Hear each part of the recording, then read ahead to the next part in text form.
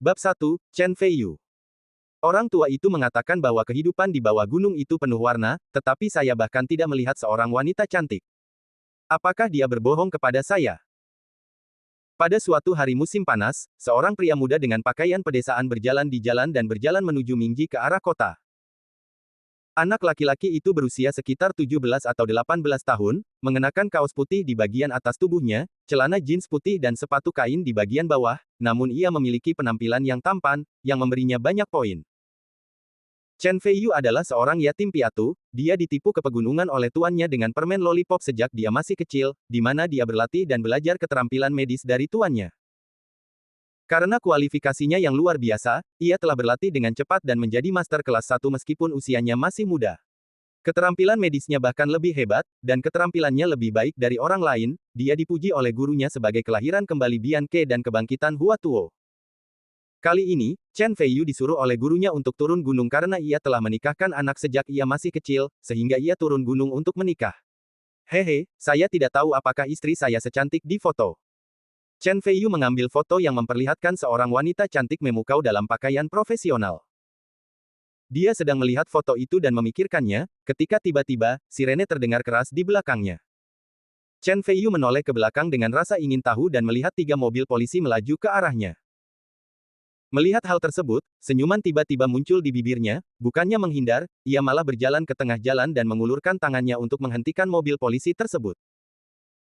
Melihat mobil polisi melaju ke arahnya tanpa ada niat untuk melambat, Chen Feiyu tidak menunjukkan tanda-tanda panik atau takut. Di saat kritis, mobil polisi berhenti di depannya. Seorang polisi jangkung berjalan keluar, mengerutkan kening, dan melambai kedua mobil polisi di belakangnya untuk membiarkan mereka pergi duluan, lalu dia berkata, "Apa yang ingin kamu lakukan? Kamu menghentikan mobil di tengah jalan. Apakah kamu tidak takut ditabrak? Lihat ke arah yang kamu tuju, seharusnya menuju kota Mingji, aku ingin menumpang," kata Chen Feiyu sambil tersenyum. Polisi jangkung itu tidak bisa berkata-kata, melambaikan tangannya dengan jijik, dan berkata, "Ayo, ayo, ayo, ini pertama kalinya saya melihat seseorang secara terbuka memblokir mobil polisi. Tidakkah Anda melihat bahwa kami sedang menjalankan misi kami? Jika tersangka melarikan diri, kamu tidak mampu membelinya. Tapi aku hanya ingin naik tumpangan," kata Chen Feiyu dan pergi untuk membuka pintu. Kamu secara terbuka menghentikan polisi di jalan dan menghalangi tugas resmi. Apakah kamu yakin aku akan menangkapmu? Polisi jangkung itu mengancam, dan pada saat yang sama mengulurkan tangan untuk menangkap Chen Feiyu, ingin memberi pelajaran pada Chen Feiyu dan membuat dia berhenti. Tiba-tiba, kaki Chen Feiyu bergerak sedikit dan dia menghindar. Hah! Polisi jangkung itu terkejut. Dia telah menjadi polisi selama bertahun-tahun dan sangat terampil. Dia tidak menyangka akan dihindari oleh anak malang hari ini. Dia hanya merasa malu. Dia mendengus dan hendak menggunakan penangkapan militer untuk menangkap Chen Feiyu. Pada saat ini, sebuah suara yang bagus tiba-tiba datang dari mobil polisi, "Biarkan dia datang. Kita terdesak waktu sekarang, jangan buang waktu terlalu banyak di sini." Polisi jangkung itu tertegun, lalu berhenti dengan enggan. "Ambil tindakan." Hehe, benar. Chen Feiyu tidak sopan, membuka pintu dan duduk di barisan belakang. Ada juga seorang polisi wanita yang sangat cantik duduk di dalam, berkulit putih, bibir merah, gigi putih, dan kuncir kuda, dia sangat heroik. Mata Chen Feiyu berbinar ketika dia tiba-tiba melihat seorang polisi wanita yang begitu cantik. Liu Shengnan adalah kapten brigade polisi kriminal. Kali ini dia memiliki buronan. Jejak penjahatnya telah ditangkap, jadi waktunya sangat mendesak sekarang, dia tidak ingin melanjutkan kebuntuan dengan Chen Feiyu, jadi dia setuju untuk membiarkan Chen Feiyu masuk ke dalam mobil. Dia melirik ke arah Chen Feiyu dan melihat jejak rasa jijik muncul di matanya ketika dia melihat bahwa dia mengenakan pakaian lusuh, dia secara khusus pindah ke jendela dan menjauhkan diri dari Chen Feiyu. Setelah polisi jangkung itu masuk ke dalam mobil polisi, dia menginjak pedal gas dan pergi. "Saudari polisi wanita, kamu sangat cantik," kata Chen Feiyu sambil tersenyum. Liu Shengnan merasa cukup lega, dan sudut mulutnya melengkung menjadi senyuman, yang bahkan lebih indah lagi. Namun, kata-kata Chen Feiyu selanjutnya langsung membuatnya marah. "Ini hanya sedikit lebih buruk daripada istriku. Jangan khawatir, ini hanya sedikit lebih buruk." Chen Feiyu sepertinya tidak menganggap itu masalah besar dan menekankannya lagi. Liu Shengnan adalah seorang polisi cantik di kepolisian. Dia selalu sangat percaya diri dengan penampilannya. Ketika Chen Feiyu mengatakan ini, dia secara alami tidak yakin dan tidak bisa menahan diri untuk tidak bersenandung, sombong saja. Sulit untuk mengatakan apakah Anda bisa temukan istri. Aku tidak percaya. Cih, kamu masih tidak percaya setelah aku bilang, namaku Chen Feiyu, dan nama istriku adalah Su Yingsui. Saya datang ke kota Mingji kali ini untuk menemukannya, dan saya akan membiarkan Anda melihatnya jika saya punya kesempatan. Chen Feiyu tersenyum. Berkata, ekspresi Liu Shengnan dan polisi jangkung itu sedikit berubah, dan mereka berdua berseru, Su Yingsui. Ya, Su Yingsui, ada apa? Chen Feiyu bertanya dengan rasa ingin tahu. Liu Shengnan mengabaikannya dan menatap polisi jangkung itu. Kapten Liu, apakah ada orang lain yang bernama Su Yingsui di kota Mingji? Tanya polisi jangkung itu.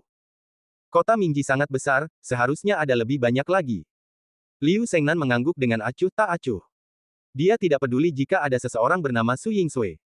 Dia sama sekali tidak mempercayai kata-kata Chen Feiyu. Siapa Su Yingsui?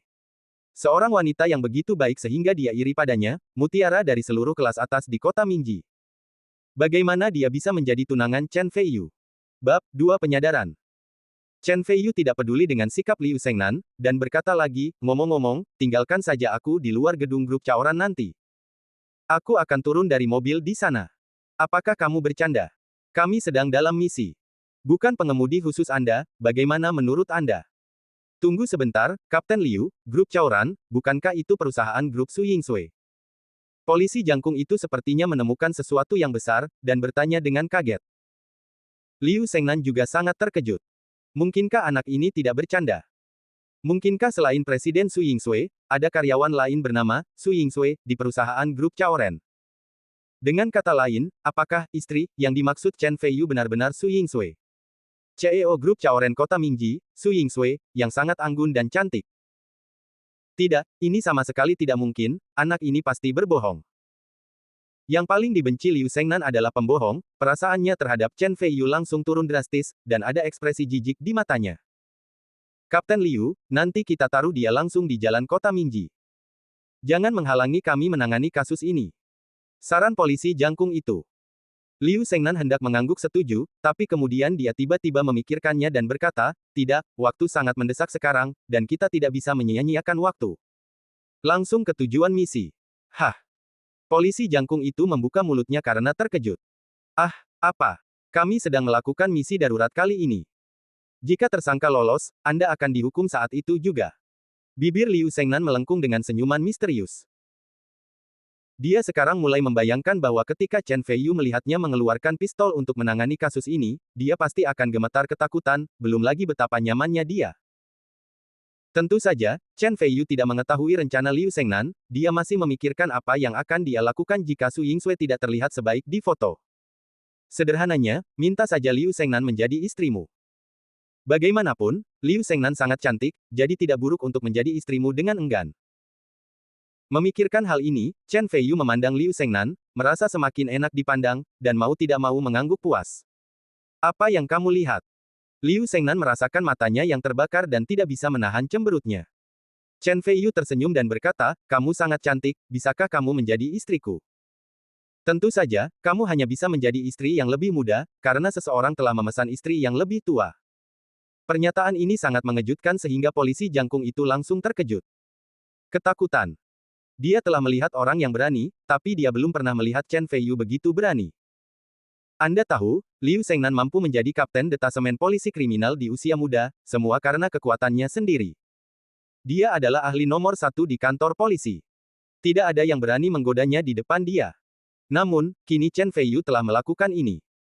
Dia memandang Chen Feiyu melalui kaca spion dan diam-diam berduka untuknya. Liu Shengnan sangat marah. Orang desa ini bahkan tidak melihat ke cermin. Dia sebenarnya ingin menjadi istrinya, dan dia masih seorang istri kecil. Dia benar-benar penindas. Jika kamu tidak mengatakan apa-apa, itu persetujuanmu. Bagus sekali. Aku tidak menyangka akan menemukan istri kecil yang begitu cantik di hari pertama aku turun gunung. Tuhan telah memperlakukanku dengan sangat baik, haha. Kata Chen Feiyu dengan gembira. Omong kosong apa yang kamu bicarakan? Liu Shengnan berkata dengan kejam. Chen Feiyu terkekeh dan berkata, jangan khawatir, meskipun kamu hanya seorang istri kecil, aku akan sangat mencintaimu. Bagaimanapun, seorang istri tidak sebaik selir, dan selir lebih buruk daripada mencuri. Liu Shengnan menjadi gila, merasa bahwa dia telah membuat kesalahan besar dengan membiarkan Chen Feiyu masuk ke dalam mobil. Dia berkata dengan marah, "Kamu bajingan kecil, jika kamu berbicara omong kosong lagi, percaya atau tidak, aku akan mengusirmu." Chen Feiyu hendak mengatakan sesuatu lain. Tiba-tiba, polisi jangkung itu berkata, "Kapten Liu, kita hampir sampai." Liu Shengnan terkejut, operasi penangkapan ini bukanlah masalah kecil, dan pasti tidak ada kejutan. Dia mengabaikan omong kosong Chen Feiyu, menenangkan emosinya, dan kembali tenang. Saat ini, mobil polisi sudah sampai di luar komunitas Hupan. Melihat masih ada penjagaan di depannya, Liu Shengnan merasakan firasat buruk di hatinya. Hal ini sama sekali tidak ada dalam rencana aksi. Mungkinkah operasi ini terungkap? Dia berkata dengan keras kepada Chen Feiyu, "Jika kamu tidak ingin mati, duduk saja di dalam mobil dengan jujur, jika tidak, aku tidak akan peduli jika kamu kehilangan nyawamu." Asteris istriku sayang, kamu terlihat sangat serius, apa yang kamu akan lakukan? Tidakkah kamu ingin aku membantumu? Suamimu sangat berkuasa. Dengan bantuanku, tidak peduli penjahat macam apa dia dapat ditangkap. Chen Feiyu mengajukan diri, karena istri kecilnya telah mengerjakan sebuah misi, sebagai seorang suami, dia harus maju secara alami. Brengsek, aku tidak punya waktu untuk berurusan denganmu sekarang. Tunggu saja aku. Aku akan menjagamu ketika saatnya tiba, ya. Liu Shengnan mengertakkan gigi. Setelah turun dari mobil, polisi yang datang ke sini terlebih dahulu berlari sambil terengah-engah dan berkata, "Kapten Liu, ini buruk, tersangka menemukan kami dan menyandera. Dia menghadapkan kami dan meminta Anda menyebutkan namanya." "Apa?" Liu Shengnan berseru dan bergegas. Dalam barisan, seorang pria berwajah bekas luka menculik seorang gadis dengan pisau, dengan senyuman kejam di wajahnya dan memandang rendah petugas polisi di sekitarnya seolah-olah mereka bukan siapa-siapa.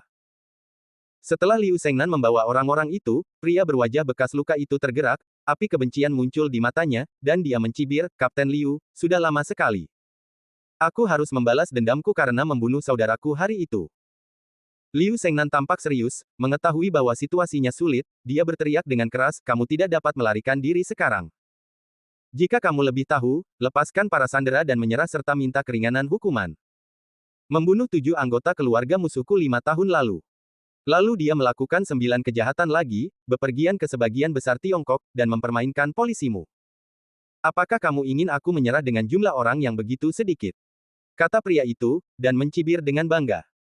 "Berhenti bicara omong kosong, kamu membunuh seseorang setahun yang lalu. Bunuh saudaraku. Ada pertikaian berdarah.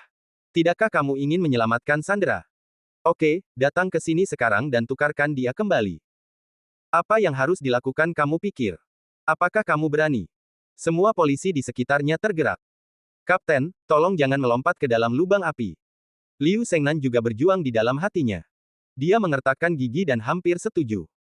Tiba-tiba, terdengar suara yang agak familiar dari belakang, "Hei, hei, hei, kamu pikir kamu ini siapa?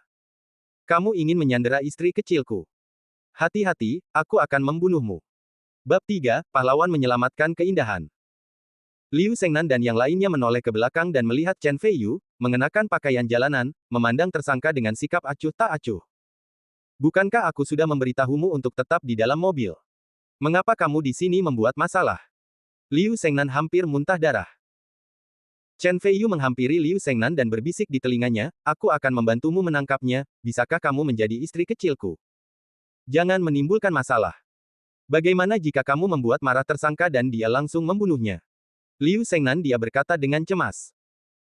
Pada saat yang sama, dia diam-diam menyesal, mengapa dia membawa Chen Feiyu ke sini ketika dia tidak ada pekerjaan. Chen Feiyu tersenyum dan berjalan lurus ke depan tanpa berkata apa-apa, Liu Shengnan segera berseru. "Keluar dari sini, bagaimana jika tersangka terpaksa membunuh seseorang?" Beberapa petugas polisi sudah lebih dulu mengumpat. Chen Feiyu berkata dengan nada mencemooh, "Lelucon apa, sampah seperti ini bisa membunuh orang di bawah hidungku. Berhenti."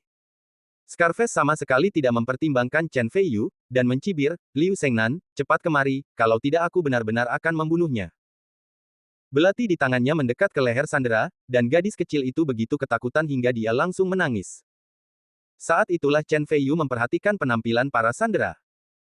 Gadis ini berumur sekitar 17 atau 18 tahun, dia memiliki kulit yang cerah, fitur wajah yang halus, dan kuncir kuda, dia jelas merupakan kecantikan kelas 1. Sekarang dia terlihat sangat gugup dan ketakutan sehingga dia semakin menawan. Sial, dia sangat cantik. Sungguh binatang buas. Chen Feiyu mengutuk. Semua orang di sekitar terdiam. Sudah berapa lama sejak itu, dan mereka masih peduli dengan penampilan para sandera. Liu Shengnan mengertakkan gigi dan mengambil langkah maju untuk bertukar sandera. Senyuman kejam muncul di mata pria yang terluka itu. Tiba-tiba, mata Chen Feiyu menyipit, dan 3 jarum perak muncul di tangannya, dengan jentikan jarinya, mereka menusuk tubuh pria berwajah bekas luka itu dengan sangat cepat. Tiba-tiba, dengan ekspresi terkejut semua orang, terdengar suara pop dan pria berwajah bekas luka itu jatuh lemas ke tanah. Ada ekspresi ngeri di matanya, dan dia berteriak, mengapa saya tidak bisa bergerak?" Situasi tiba-tiba berubah. Semua orang, termasuk Liu Shengnan, terkejut dan berdiri di sana dengan bodoh tidak mampu bereaksi. Mereka tidak pernah menyangka tersangka yang baru saja memamerkan kekuatannya akan ditundukkan oleh Chen Feiyu dengan 3 jarum perak. Dan yang lebih mengejutkan mereka adalah mereka tidak tahu bagaimana Chen Feiyu melakukannya. Mata Liu Shengnan penuh rasa tidak percaya. Dia menarik napas, dan untuk pertama kalinya dia merasa Chen Feiyu penuh misteri. Chen Feiyu berjalan ke atas, dengan santai menyentuh kepala sandera, menunjukkan senyum cerah, dan berkata, "Gadis kecil yang cantik, ingatlah untuk berhati-hati saat pergi keluar di masa depan. Tidak setiap kali Anda cukup beruntung bertemu seseorang yang sekuat aku." Lin Yujia, gadis kecil yang disandera, hanya merasa bahwa Chen Feiyu memiliki citra yang sangat tinggi. Dia tidak bisa menahan diri untuk tidak tersipu, dan berbisik, "Ya," dengan suara rendah. Chen Feiyu tersenyum, mengambil belati dengan waktu yang cukup, menepuk wajah tersangka, dan berkata, "Bagaimana jika gadis cantik seperti itu menggaruk wajahnya?" Benar-benar membingungkan. Liu Shengnan berlari, kebetulan melihat 3 jarum perak di wajah Scarface. Tubuhnya, tapi sebelum dia bisa melihat dengan jelas, mereka dibawa pergi oleh Chen Feiyu dalam sekejap. Apa yang terjadi padanya? Liu Shengnan bertanya dengan kaget. Chen Feiyu tersenyum dan berkata, "Jangan khawatir, dia akan bisa bergerak sendiri dalam 2 atau 3 jam." Liu Shengnan merasa bahwa Chen Feiyu semakin penuh misteri, dan ada ekspresi terkejut di wajahnya. Jangan lupa apa yang baru saja kita katakan. Jika aku menangkapnya, kamu akan menjadi istri kecilku. Sekarang kamu tidak bisa menipu, bukan?" Kata Chen Feiyu sambil tersenyum. Liu Shengnan memutar matanya dan menunjukkan senyuman menawan.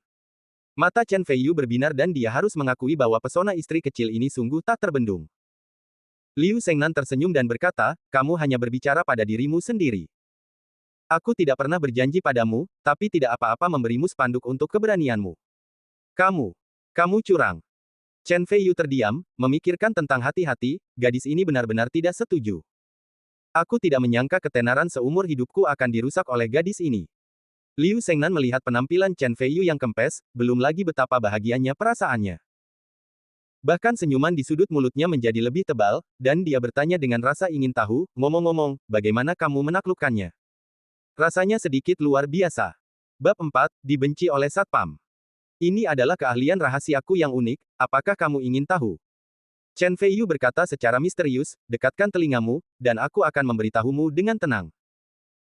Dalam sekejap, Liu Shengnan tidak bisa menahan diri untuk mendekat, merasakan panas di mulut Chen Feiyu disemprotkan ke lehernya, terasa gatal, dan wajahnya langsung memerah.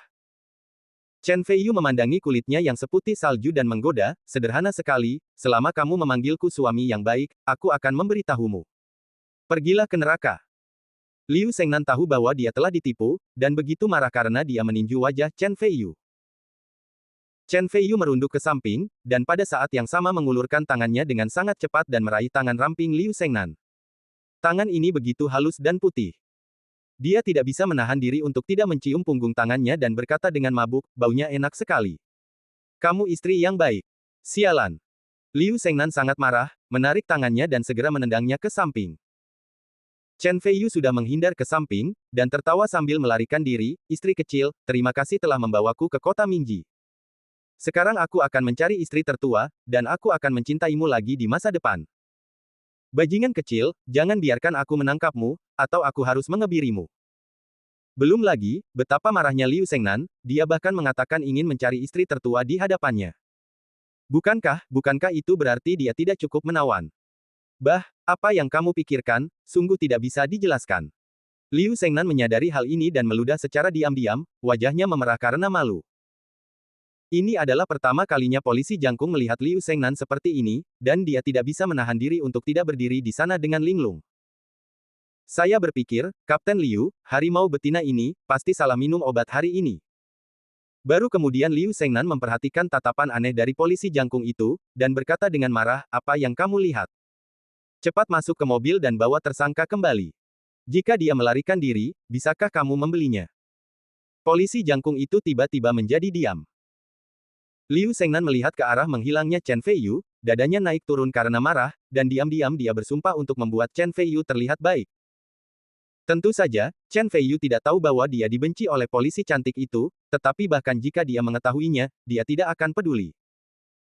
Karena guru mengatakan bahwa ketika menghadapi wanita yang tidak patuh, Anda harus menaklukkannya dengan kekerasan, jika tidak berhasil sekali, lakukan 2 kali, dan jika tidak berhasil 2 kali, lakukan 3 kali.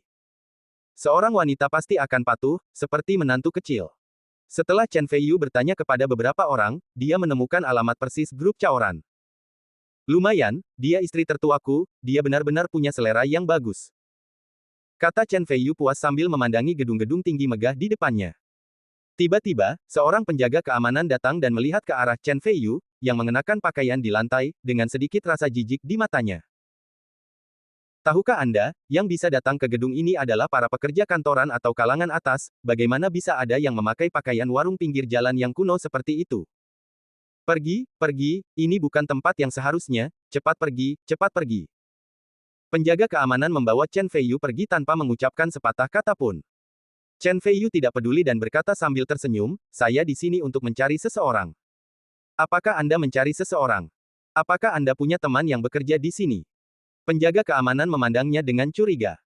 Chen Feiyu tersenyum dan berkata, bukan teman, tapi seorang istri. Saya di sini untuk menemui istri saya. Tolong biarkan saya masuk secepatnya. Penjaga keamanan tidak bisa menahan diri untuk tidak memutar matanya. Ya, hampir 99% dari grup Transcendent ini. Wanita, dan mereka semua adalah wanita lajang yang muda dan cantik, sehingga mereka terkenal di mana-mana.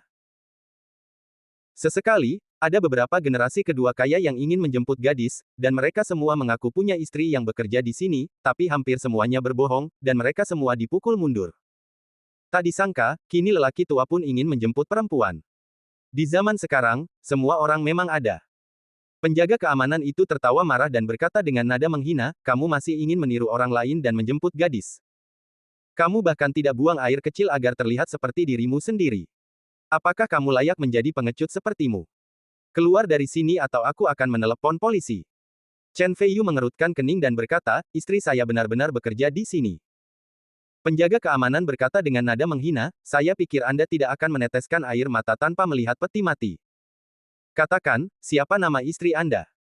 Chen Feiyu sangat tidak senang dengan sikap menghina penjaga keamanan itu, dia mencibir dan berkata, mengapa saya harus memberitahu Anda nama istri saya? Saya peringatkan Anda, jika Anda tidak menyingkir, Anda akan bertanggung jawab atas konsekuensinya. Hei, apa maksudmu, apakah kamu masih ingin melakukannya? Satpam itu tertawa, tapi itu bukan salahnya. Hanya melihat penampilannya, Chen Feiyu terlihat lebih kurus dan sepertinya dia tidak bisa bertarung sama sekali. Chen Feiyu mencibir dan hendak mengambil tindakan ketika tiba-tiba, terdengar suara pengereman di belakangnya. Seorang wanita cantik mengenakan pakaian profesional berwarna hitam keluar. Dia memiliki temperamen yang luar biasa, dan Liu Shengnan tidak kalah mengesankan darinya. Ye Yilin melangkah maju, mengerutkan kening dan bertanya, apa yang kamu lakukan di sini? Halo, Wakil Presiden Ye. Setelah penjaga keamanan melihat orang itu dengan jelas, dia segera tersenyum datar dan melanjutkan, Wakil Presiden Ye, saya tidak tahu dari mana asal seorang udik desa datang ke sini dan ingin menjemput gadis-gadis di sini, tapi aku menghentikannya. Chen Feiyu meliriknya dengan santai dan berkata, aku di sini untuk mencari istriku. Ye Yilin menatap Chen Feiyu penasaran dan bertanya, kamu, siapa nama istrimu? Su Yingsui. Ini sangat mengejutkan sehingga Ye Yilin dan penjaga keamanan berseru. Bab 5, Istri Su Yingsui. Alasannya sederhana, karena Su Yingsui adalah presiden grup dan dewi seluruh kota Minji. Sekarang seorang udik tiba-tiba muncul di hadapannya dan berkata bahwa Su Yingsui adalah istrinya. Siapa yang bisa mempercayai ini? Penjaga keamanan menertawakan dirinya sendiri, ayolah, orang seperti Anda masih menginginkan Tuan Su menjadi istri Anda. Sungguh angan-angan dan melebih-lebihkan kemampuan seseorang. Maksud Anda istri Anda adalah Su Yingsui, bukan? Ada bukti. Ye Yilin sama-sama terkejut, sama-sama penuh keraguan. Di sini, saya masih punya foto istri saya di sini. Chen Feiyu mengambil foto itu. Kecantikan dalam foto tersebut memiliki penampilan yang tiada taraf dan temperamen yang dingin. Dia memang CEO Su Yingsui. Anak baik, kamu benar-benar mencuri foto presiden kita. Penjaga keamanan itu pernah melirik Su Yingsui dari kejauhan, jadi dia tahu seperti apa rupa Su Yingsui, dan dia yakin Chen Feiyu telah mencuri foto itu. Melihat foto itu, Ye Yilin sungguh kaget. Dia tahu bahwa ini adalah foto pribadi Su Yingsui dan tidak akan pernah diberikan kepada orang lain. Karena Chen Feiyu mengambil foto Su Yingsui, pasti ada hubungannya. Dan dia juga tahu bahwa meskipun seseorang berbohong, mereka tidak akan berbohong begitu saja. Bagaimanapun, Ye Yilin adalah orang yang terpelajar. Untuk amannya, dia menanyakan nama Chen Feiyu, lalu berjalan ke sudut untuk membuat panggilan telepon. Penjaga keamanan masih menyindir Chen Feiyu dan berkata sambil mencibir, saya tidak tahu dari mana Anda mendapatkan foto Presiden Su, tapi saya menasihati Anda, ada banyak orang di dunia ini yang hanya angan-angan. Jenis apa dari statusnya adalah presiden kita, bagaimana dia bisa menyukaimu? Sekarang wakil presiden Ye sedang menelepon. Kebohongan Anda akan segera terungkap. Jika Anda tidak ingin terlalu malu, saya menyarankan Anda untuk segera keluar dari sini mungkin. Chen Feiyu berdiri di sana dengan tenang dan tidak berkata apa-apa. Segera, Ye Yilin datang dengan ekspresi terkejut di wajahnya. Bagaimana kabarmu? Chen Feiyu bertanya dengan tangan di belakang punggung dan mengangkat alis. Penjaga keamanan mencibir dan berkata, Cih, apalagi yang bisa kita lakukan? Kebohongan itu pasti sudah terungkap. Ye Yilin memandang Chen Feiyu dari atas ke bawah. Semakin dia melihatnya, semakin sulit dipercaya, dan berkata, Tuan Su, suruh silakan datang. Ikutlah dengan saya. Hei, bagaimana? Apa yang saya katakan pasti bohong. Penjaga keamanan tiba-tiba menyadari apa yang dia katakan dan berkata dengan kaget, apa? Tuan Su memintanya untuk datang. Mungkinkah? Chen Feiyu berjalan maju dengan tenang, ketika melewati penjaga keamanan, dia tiba-tiba berkata, ingat, anjing meremehkan orang lain, dan kamulah yang menderita setelahnya semuanya. Penjaga keamanan itu seketika menjadi pucat, dan keringat dingin tak henti-hentinya mengucur dari keningnya. Dia hanya punya satu pikiran di benaknya, saya menyinggung suami Tuan Su, semuanya sudah berakhir, saya akan dipecat. Ye Yilin menganggapnya luar biasa. Dia tidak menyangka bahwa Su Yingsui, yang selalu menyendiri dan tidak sopan kepada siapapun, sudah memiliki tunangan. Yang lebih mengejutkan lagi adalah, bagi gadis sombong seperti Su Yingsui, tunangannya seharusnya menjadi salah satu pria terbaik, tapi dia tidak pernah menyangka bahwa pria itu akan menjadi orang udik. Kontras ini sungguh mengejutkan. Memikirkan hal ini, Ye Yilin terus menatap Chen Feiyu dengan rasa ingin tahu, mencoba melihat apa yang spesial dari Chen Feiyu. Tapi dia kecewa. Tidak peduli bagaimana Anda melihatnya, Chen Feiyu, selain penampilannya yang tampan, juga tertutup tanah. Bajingan. Sungguh tidak terbayangkan orang seperti itu akan menjadi tunangan Su Yingsui. Ye Yilin merasa marah pada Su Yingsui, yang membuat Su Yingsui buta. Ye Yilin mendengus dingin dengan wajah datar, yang membuat Chen Feiyu sedikit bingung. Segera, Chen Feiyu mengikuti Ye Yilin untuk memimpin kantor presiden.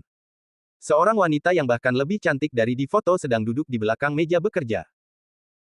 Dia mengenakan setelan putih, fitur wajahnya sangat indah, kulitnya seputih salju, dan temperamennya luar biasa.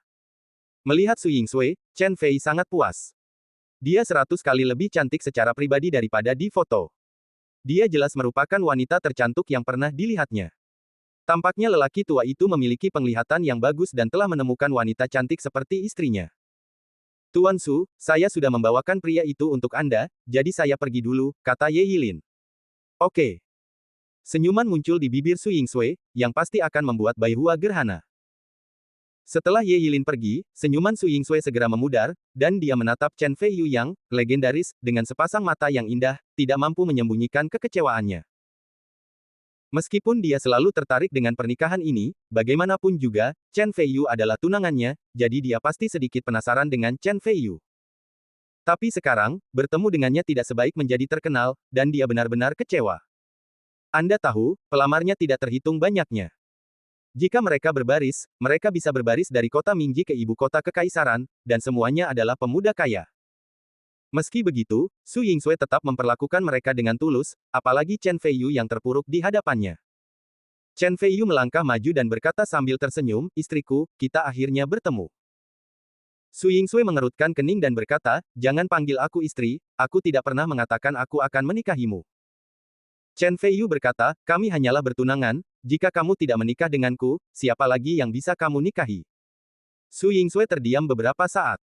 Jika bukan karena pertunangan, Chen Feiyu mungkin bahkan tidak akan bisa datang ke kantornya. Dia menarik napas dalam-dalam, menenangkan diri, dan berkata, pertunangan ini dibuat oleh kakek saya tanpa persetujuan saya. Saya sendiri tidak mengenalinya, dan saya tidak dapat menemukan pria yang tidak berguna sebagai suami saya, tapi... Tapi apa? Chen Feiyu tidak bisa menahan cemberutnya, dan sudah ada sedikit ketidaksenangan di hatinya. Su Yingsui hendak melanjutkan pembicaraan ketika tiba-tiba, terdengar suara keras di luar. Kemudian pintu kantor dibuka, dan seorang pria tampan berjas tinggi masuk sambil memegang buket besar mawar di tangannya. Bab 6, dia memang suamiku. Pria itu masuk, bahkan tanpa melihat ke arah Chen Feiyu, dia berjalan langsung ke Su Yingsui, menunjukkan senyuman yang menurutnya menawan, dan berkata, Yingsui, ini untukmu. Saya telah memesan restoran untuk malam ini. Bisakah kamu memberi bantu aku dan pergi makan bersama? Wajah Chen Feiyu segera menjadi gelap. Bagi seseorang yang berpikir bahwa dia sedang melakukan perburuan dari pihaknya adalah hal yang keterlaluan. Setelah Su Yingsui melihat orang itu dengan jelas, jejak rasa jijik melintas di alisnya, dan dia berkata dengan ringan, Li Tongwei, saya menghargai kebaikan Anda, tapi tidak, saya masih punya tamu di sini, dan tidak nyaman untuk berbicara. Silakan pergi. Ada sedikit kesuraman dalam ekspresi Li Tongwei, dan kemudian dia menyadari keberadaan Chen Feiyu. Setelah melihat sekeliling dengan santai, dia mengira dia adalah karyawan tingkat rendah di sini.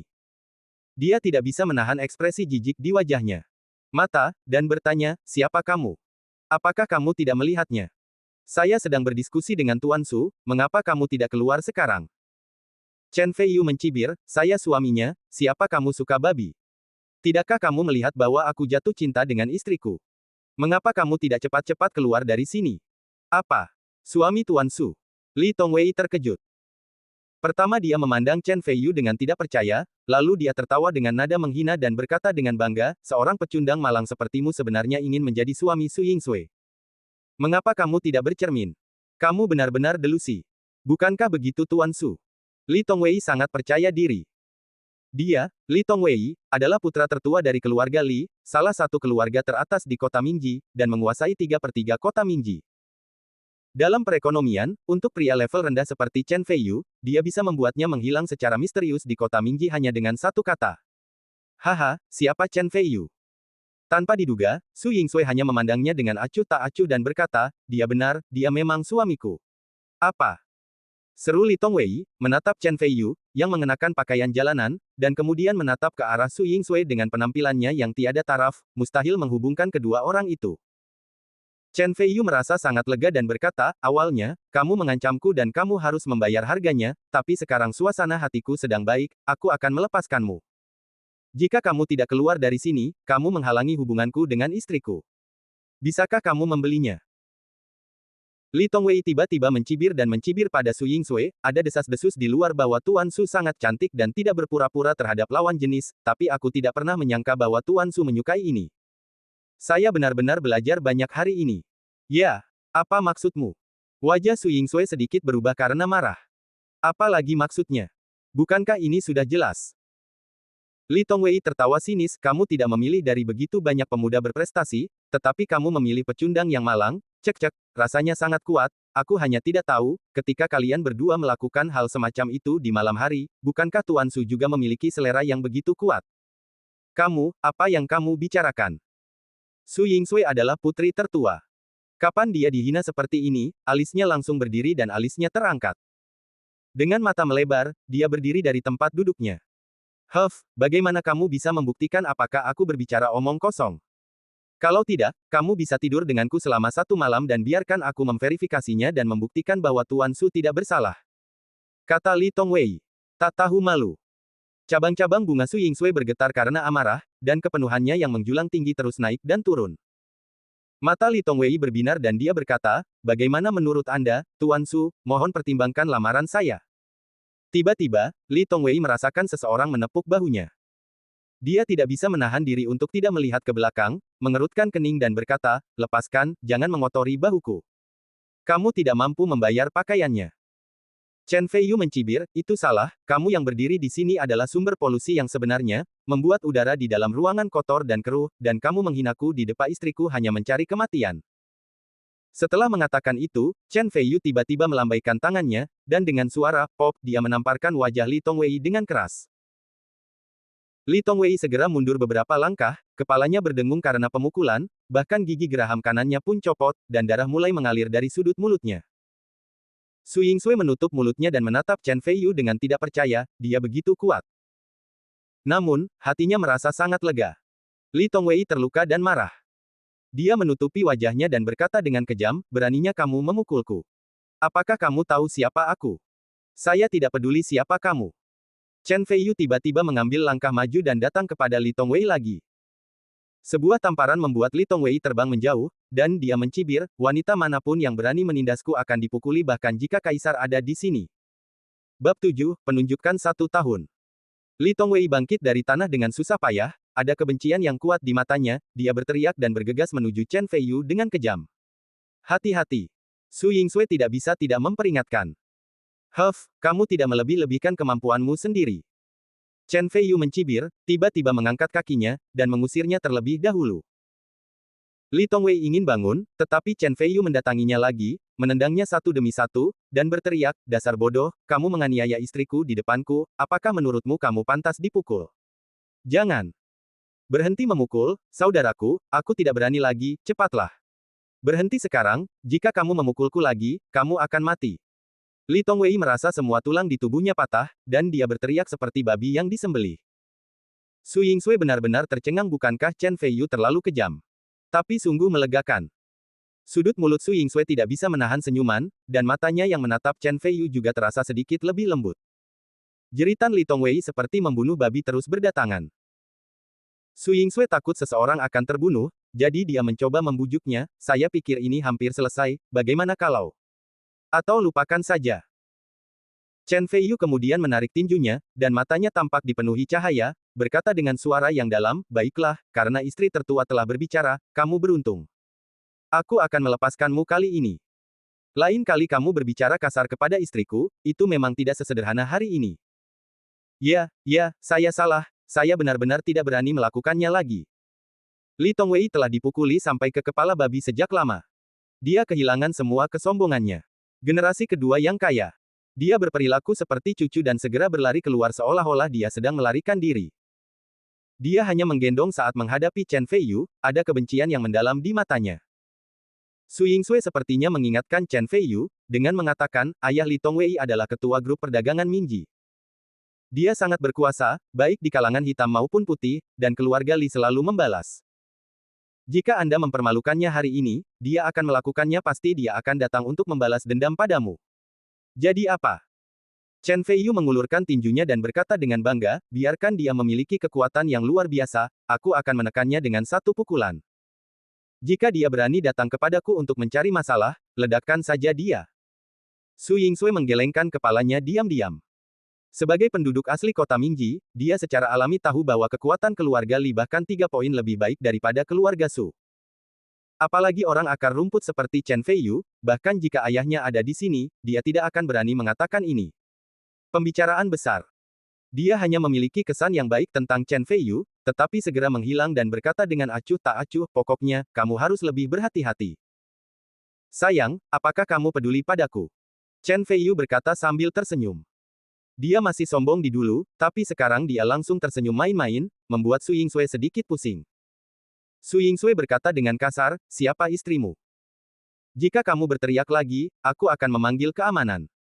Sekarang duduklah, ada sesuatu yang ingin kukatakan padamu. Dengan nada memerintah ini, Chen Feiyu menunjukkan sedikit ketidaksenangan di matanya. Namun, dia masih duduk di hadapan Su Yingsui dan berkata dengan tenang, ayo, aku akan mendengarkan.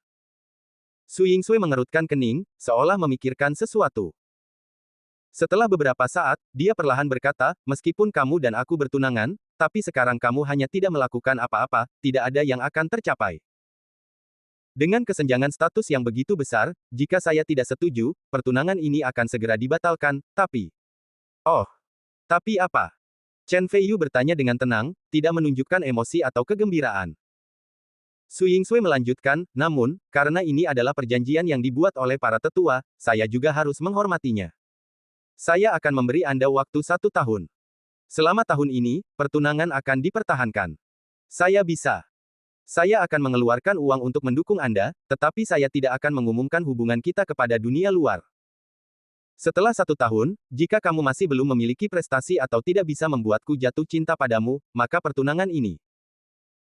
Sebelum dia bisa menyelesaikan kata-katanya, mata Chen Feiyu bersinar dengan cahaya yang tidak dapat diprediksi, dan wajahnya yang biasanya ceria menjadi tenang. Dia turun dan berkata, Anda mendukung saya. Apakah kamu meremehkanku? Apa menurutmu aku datang ke sini kali ini untuk memohon padamu agar menikah? Saya harap Anda mengerti bahwa kakek Anda memohon kepada tuan saya untuk membuat pertunangan pada tahun itu.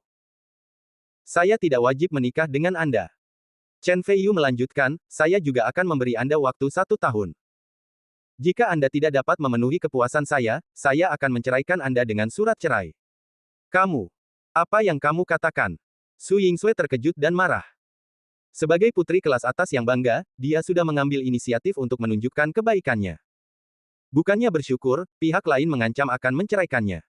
Bagaimana dia bisa menanggungnya? Menghadapi kemarahan tunangan di depannya, Chen Feiyu tidak bisa menahan diri untuk tidak terharu. Dia berkata, saya melakukan apa yang saya katakan, jadi saya bisa melakukan apa yang saya katakan. Setelah itu, dia berbalik dan pergi tanpa penyesalan. Chen Feiyu, kamu sangat menjijikkan, biarkan aku melihat apa yang dapat kamu lakukan dalam 1 tahun. Su Yingsui menghentakkan kakinya dengan marah. Chen Feiyu tidak bergeming dan membuka pintu. Ye Yilin sedang berdiri di depan pintu ketika dia tiba-tiba melihat Chen Feiyu dan menunjukkan senyum canggung.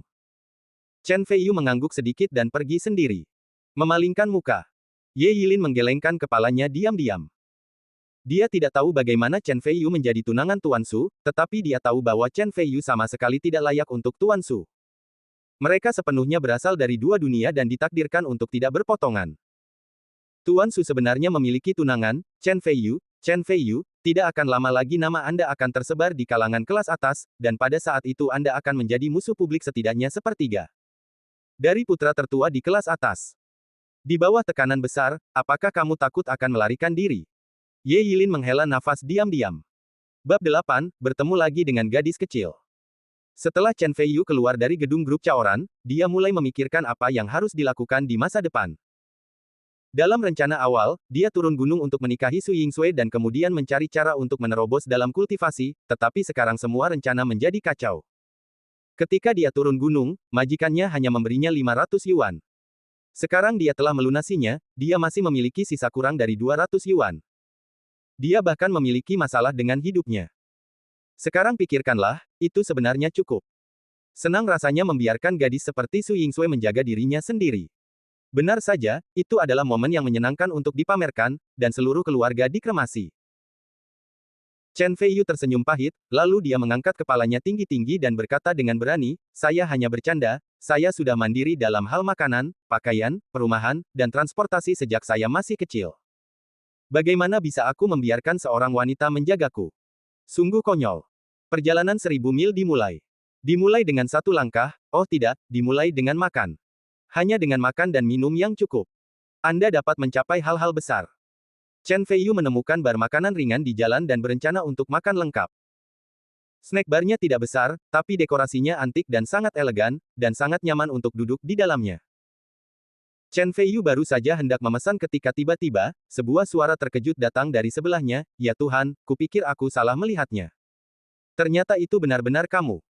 Chen Feiyu mendongak dan melihat seorang gadis berdiri di depan dari dia, dengan rambut disisir.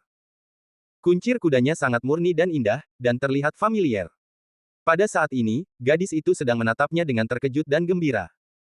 Chen Feiyu tiba-tiba menyadari, dia tidak bisa menahan senyum, dan berkata, ternyata itu kamu. Gadis ini adalah gadis yang diselamatkan oleh Chen Feiyu belum lama ini. Tanpa diduga, kita bertemu lagi di sini. Lin Yujia berkata dengan penuh semangat, setelah kamu menyelamatkanku, aku belum mengucapkan terima kasih secara langsung. Hei, ini hanya usaha kecil. Kamu hanya sampah, tapi kamu belum dianggap serius olehku, ngomong-ngomong, kenapa kamu ada di sini?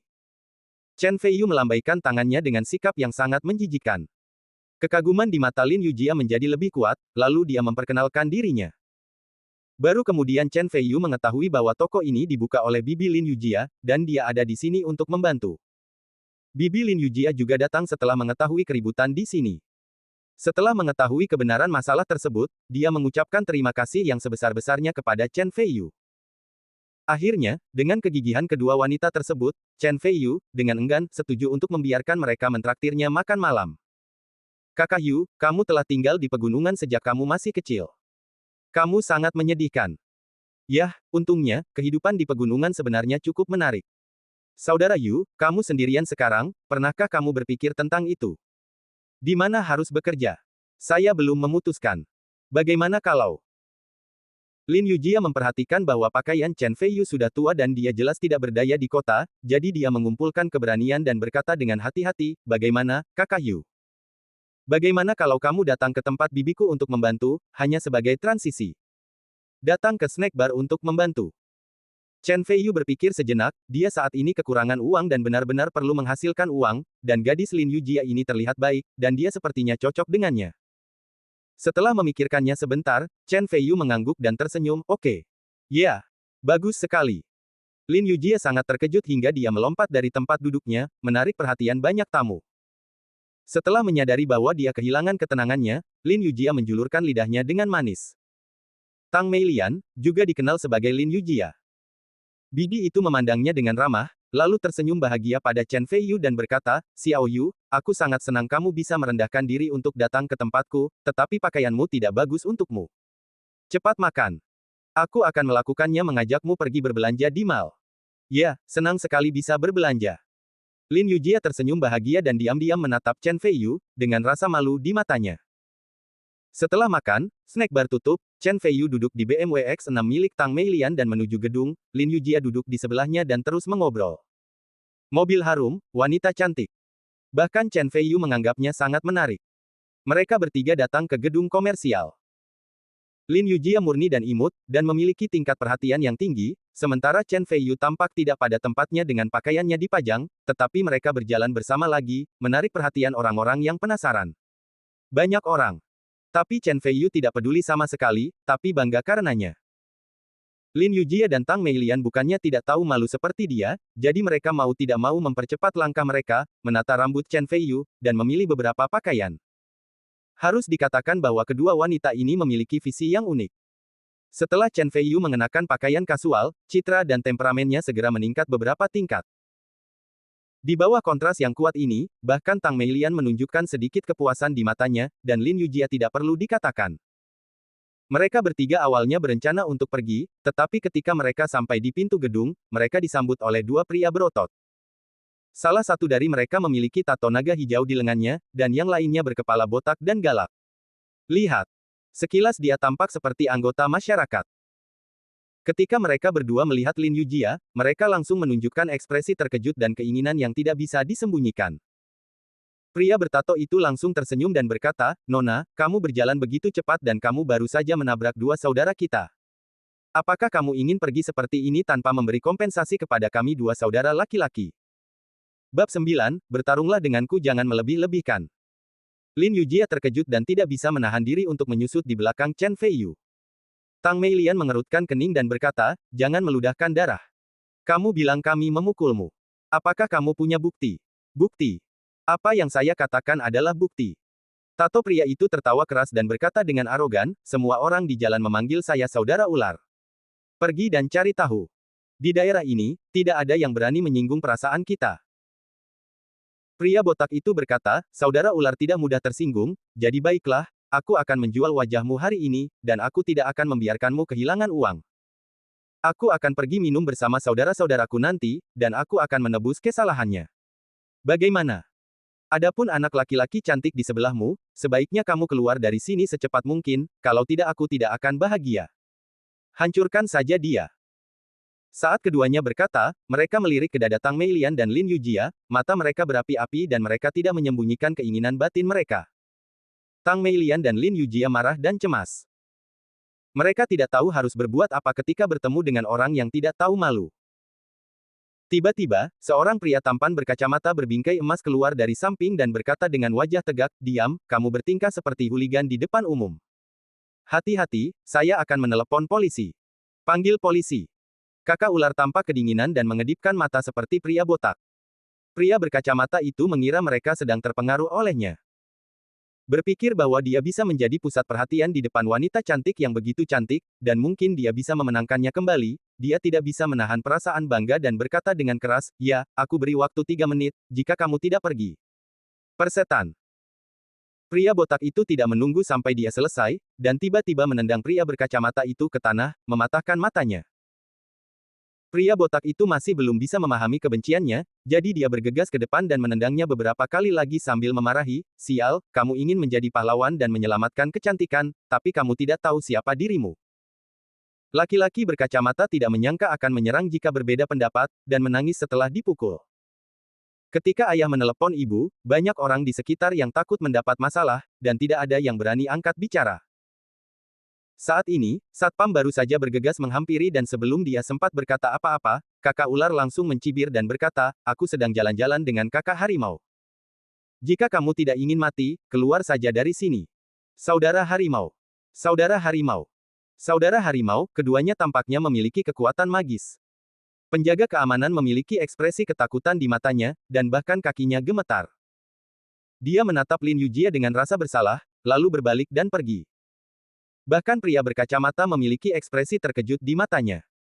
Nama lengkap saudara Hu adalah Jiang Tianhu, dan dia adalah sosok yang kuat di seluruh kota Mingji. Karena saudara ular adalah bawahannya, pemukulan yang diterimanya sia-sia. Saudara ular tersenyum bangga dan berkata, "Haha, kecantikan ini, tidak ada orang yang menghalangi sekarang. Kamu bisa ikut dengan kami." Adapun Chen Tianyu, saudara ular secara otomatis mengabaikannya. Wajah Tang Meilian pucat, pekerjaan dan kehidupannya berjalan lancar sejak dia masih kecil, kapan dia pernah mengalami penghinaan seperti itu. Namun, perilaku orang lain membuatnya takut. Chen Feiyu tidak berdiri dari awal sampai akhir, dia jelas takut dengan reputasi Jiang Tianhu. Tang Meilian merasa kecewa dan terhina, dan diam-diam menghela nafas, Yujia, sepertinya Chen Feiyu tidak sebaik yang kamu katakan, dan dia tidak cocok untukmu." Banyak orang di sekitarnya juga meremehkan Chen Feiyu, diam-diam mengejeknya sebagai pengecut. Hanya Lin Yujia yang penuh percaya diri pada Chen Feiyu. Tang Meilian mengeluarkan ponselnya dan bersiap untuk menelepon. Saudara ular sedikit mengernyit. Dia mengira Tang Meilian ingin memanggil polisi. Meskipun dia tidak peduli, tapi dia tidak ingin menimbulkan masalah, jadi dia segera mengambil langkah ke depan dan mencoba merebutnya. Tiba-tiba, sebuah tangan meraih pergelangan tangan kakak ular. "Kamu menganiaya temanku di depanku dan mengambil barang-barangnya. Apakah kamu siap menahan amarahku?" Chen Feiyu masih memiliki senyuman tidak berbahaya di bibirnya, tetapi matanya dingin dan menakutkan. "Kakak Yu sangat mengesankan," pikir Lin Yujia dengan sedikit kekaguman. Dibandingkan dengan Brother Snake, Chen Feiyu sedikit lebih kurus, tetapi pergelangan tangan Brother Snake dipegang di tangannya, seperti lingkaran besi, tidak bergerak. Tang Meilian sedikit ragu dan meletakkan telepon yang baru saja dia angkat. "Jika kamu tidak ingin mati, biarkan aku pergi secepatnya. Aku hanya mengikuti kakak harimau." "Siapa kamu?" Kakak ular mencibir. "Orang yang menginginkan hidupmu." Chen Feiyu mencibir, dan cahaya tampak bersinar di matanya. "Brengsek!" teriak saudara ular, mengayunkan tinjunya, dan memukul wajah Chen Feiyu. Chen Feiyu membuat sedikit kesalahan dalam langkahnya dan kebetulan menghindari serangan tersebut. Pada saat yang sama, dia menamparkan wajah kakak ular dengan keras. Jika dia tidak meraih pergelangan tangan kakak ular, dia pasti sudah ditampar. Semua orang kaget. Mereka tidak menyangka anak ini terlihat begitu kurus, tapi dia bisa bertarung dengan begitu sengit. Pria berkacamata yang dipukuli berdiri saat ini, dengan ekspresi mengejek di matanya. Jika dia berani melawan anak buah Brother Tiger, dia hanya mencari kematian. Pria yang bisa membungkuk dan meregangkan tubuh, dan tunduk seperti dirinya adalah jalan yang benar. "Beraninya kamu memukulku, Baldet, dan bunuh dia." Saudara ular sangat marah dan menendang Chen Feiyu. Pada saat yang sama, pria botak itu mengulurkan tinjunya sebesar karung pasir dan memukul bagian belakang kepala Chen Feiyu dengan keras. Dalam serangan sayap antara keduanya, Chen Feiyu berada dalam posisi yang dirugikan baik dari segi ukuran maupun jumlah. Chen Feiyu ditakdirkan untuk kalah. Para penonton membuat penilaian bawah sadar. Bahkan Tang Meilian mau tidak mau mengubah warna wajah cantiknya. Lin Yujia bahkan menutup mulutnya dan berseru, Saudara Yu, hati-hati. Huff, ikut aku, jangan meremehkan kemampuanmu sendiri. Chen Feiyu mencibir, matanya mengembun, dan dua jarum perak kecil muncul di tangannya. Lagi. Dengan jentikan jarinya, cahaya perak tiba-tiba muncul. Yang kedua datang lebih dulu, dan masing-masing berejakulasi ke dalam Brother Snake dan pria botak itu. Kakak ular dan lelaki botak itu tiba-tiba merasa tubuh mereka mati rasa, gerakan tajam mereka yang semula berubah menjadi lemah dan lemas di tengah, bahkan mereka hampir tidak bisa berdiri diam. Ekspresi kedua orang itu sangat berubah. Saudara ular terkejut dan berkata, kamu. Apa yang kamu lakukan pada kami? Bab 10, apakah Anda yakin? Di mata para penonton, mereka melihat pemandangan yang sangat aneh. Chen Feiyu berdiri di tengah, ketika kakak ular dan pria botak hendak memukul Chen Feiyu, mereka berdua berhenti pada saat yang sama dan terhuyung-huyung seolah sedang mabuk. Ekspresi aneh tiba-tiba muncul di wajah semua orang. Para pria berkacamata itu semua kaget, diam-diam curiga kalau kakak ular dan kepala botak sengaja menahan diri, bukan? Mata Tang Meilian membelalak, matanya yang indah penuh rasa ingin tahu. Lin Yujia menjadi bersemangat.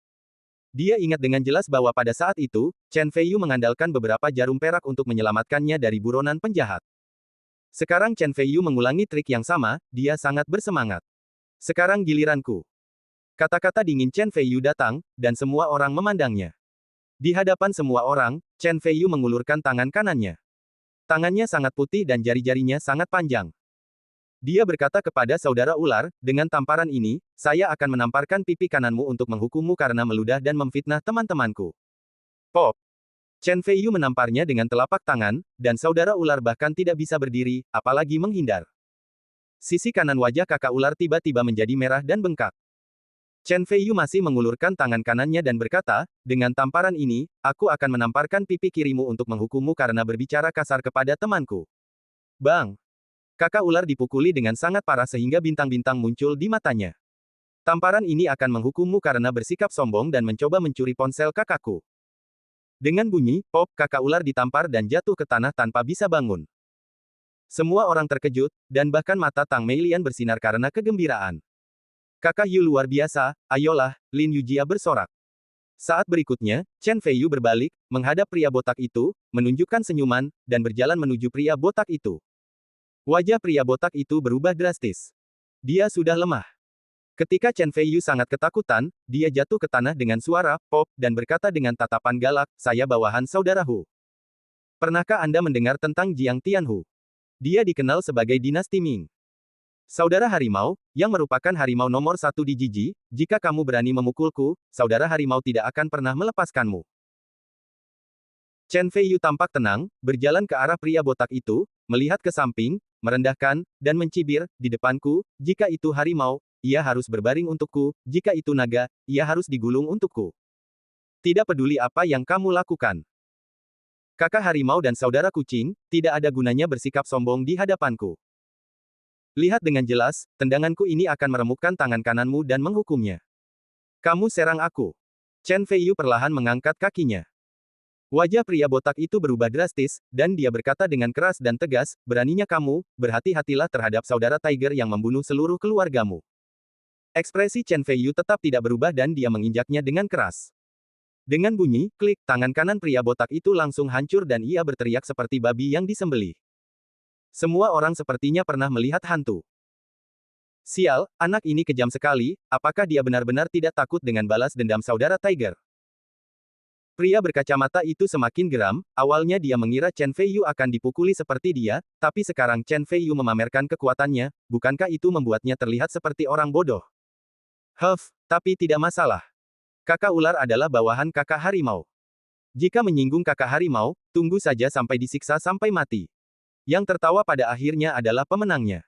Pria berkacamata itu tertawa sinis. Chen Feiyu menendang pria botak itu menjauh, lalu berjalan perlahan ke arah Brother Snake, mengangkat rambutnya, dan mencibir, aku menghajarmu, apakah kamu yakin? Saya yakin. Saudaraku, tolong biarkan aku pergi. Kebencian melintas di mata saudara ular. Chen Feiyu mencibir, bahkan jika kamu tidak puas dengan hatimu, aku tidak akan peduli. Ingat, namaku Chen Feiyu. Aku seorang dokter, dan dokter pengobatan Tiongkok yang sangat baik. Aku telah bersamamu. Ada tangan rahasia padamu, dan setelah 3 hari, kamu akan menyadari apa artinya menjadi lebih buruk daripada mati. Ini adalah hukuman yang sebenarnya bagimu.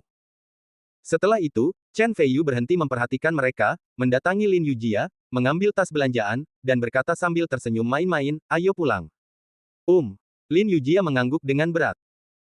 Tang Meilian melihat ini dan menghela nafas sedikit di dalam hatinya. Sebagai bibi Lin Yujia, dia secara alami dapat melihat bahwa Lin Yujia naksir Chen Feiyu. Sekarang setelah pengalaman ini, Lin Yujia mungkin lebih menyukai Chen Feiyu, dan mungkin dia sudah menyukainya. Tapi Tang Meilian juga berpikiran terbuka, dan Chen Feiyu memang bertanggung jawab. Meskipun dia sedikit miskin, dia adalah sosok potensial, yang bukan merupakan penghinaan bagi Yujia. Namun, Yujia orang tua mungkin tidak akan mengalami kesulitan. Saya khawatir keduanya pemuda itu sangat menderita. Memikirkan orang tua Lin Yujia, Tang Meilian tersenyum pahit dan berjalan keluar bersama mereka berdua. Di mata semua orang, Chen Feiyu sudah seperti iblis, dan para penonton mundur ke kedua sisi seperti air pasang, melintas. Sebuah lorong muncul. Tunggu. Sebuah suara yang bagus datang dari belakang. Chen Feiyu berbalik dan melihat seorang wanita dewasa yang sangat cantik, mengenakan pakaian profesional berwarna hitam, dengan tanda kecantikan di sudut mulutnya. Tidak hanya tidak menghalangi pesonanya, tetapi justru menambah pesonanya. Itu menawan, dan di belakangnya, ada juga seorang sekretaris cantik. Dia adalah Han Muking, manajer gedung komersial Mingji. Dia baru berusia 28 tahun dan telah menjadi manajer umum gedung komersial. Masa depannya tidak terbatas. Dia telah menyaksikan Chen Feiyu memberi pelajaran kepada saudara ular. Dia melihatnya dan tidak peduli pada awalnya, tetapi ketika Chen Feiyu menggunakan jarum perak untuk melumpuhkan saudara ular, dia sangat terkejut. Umumnya, hanya praktisi pengobatan Tiongkok yang menggunakan jarum perak, dan itu yang dapat mengidentifikasi titik akupuntur seakurat Chen Feiyu. Dia adalah seorang praktisi pengobatan Tiongkok yang terampil, dan dia langsung memiliki ide di benaknya. Rupanya banyak orang di sekitarnya yang mengenalnya, dan mereka sudah mulai membicarakannya. Chen Feiyu tersenyum main-main, menunjuk ke Brother Snake, dan berkata, apa, kamu ingin membela mereka?